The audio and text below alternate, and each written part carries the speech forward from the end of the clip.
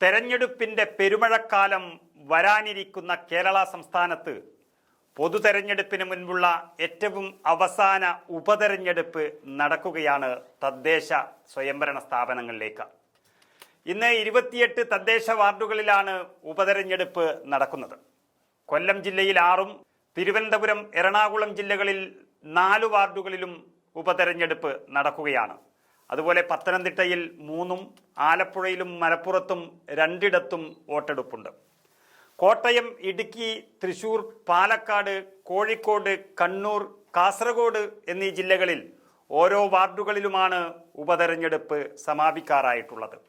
തെരഞ്ഞെടുപ്പ് നടക്കുന്നതിൽ 16 എണ്ണം ഇപ്പോൾ LDFിൻ്റെ കയ്യിലും 10 എണ്ണം UDFിൻ്റെ കയ്യിലുമുള്ള സിറ്റിംഗ് വാർഡുകളാണ്. നാളെ 10 മണിയോടുകൂടി തന്നെ ഏകദേശം വോട്ടെണ്ണൽ ആരംഭിക്കും. ഫലമറിയാനും പെട്ടെന്ന് തന്നെ കഴിയും. തദ്ദേശ തെരഞ്ഞെടുപ്പ് നടക്കാൻ ഇനി മാസങ്ങൾ മാത്രം ബാക്കി നിൽക്കെ നടക്കുന്ന ഈ ഉപതെരഞ്ഞെടുപ്പ് മുന്നണികൾ ഒരു അഭിമാന പോരാട്ടമായിട്ടാണ് കണക്കാക്കുന്നത്. ഏതായാലും മുന്നണികളെ സംബന്ധിച്ചിടത്തോളം ഇതൊരു ജീവൻ മരണ പോരാട്ടം തന്നെയാണ്.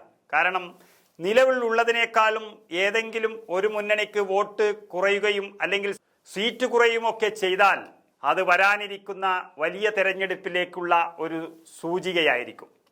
ഇതിൽ ശശി തരൂർ തിരുവനന്തപുരത്തെ വാർഡുകളിലൊന്നും പ്രചരണത്തിന് പോയിട്ടില്ല എന്നുള്ളതും മാധ്യമങ്ങൾ റിപ്പോർട്ട് ചെയ്യുന്നുണ്ട്.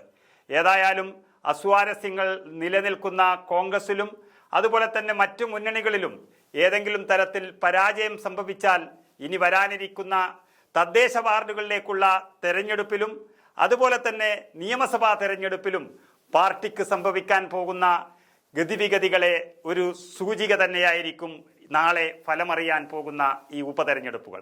അതുകൊണ്ട് തന്നെ വാർഡുകൾ ചെറുതാണെങ്കിലും ഏറ്റവും പ്രധാനപ്പെട്ട ഒരു തെരഞ്ഞെടുപ്പ് ഫലമായിട്ട് തന്നെയാണ് മുന്നണികളെല്ലാം ഈ ഉപതെരഞ്ഞെടുപ്പിനെ കാണുന്നത്.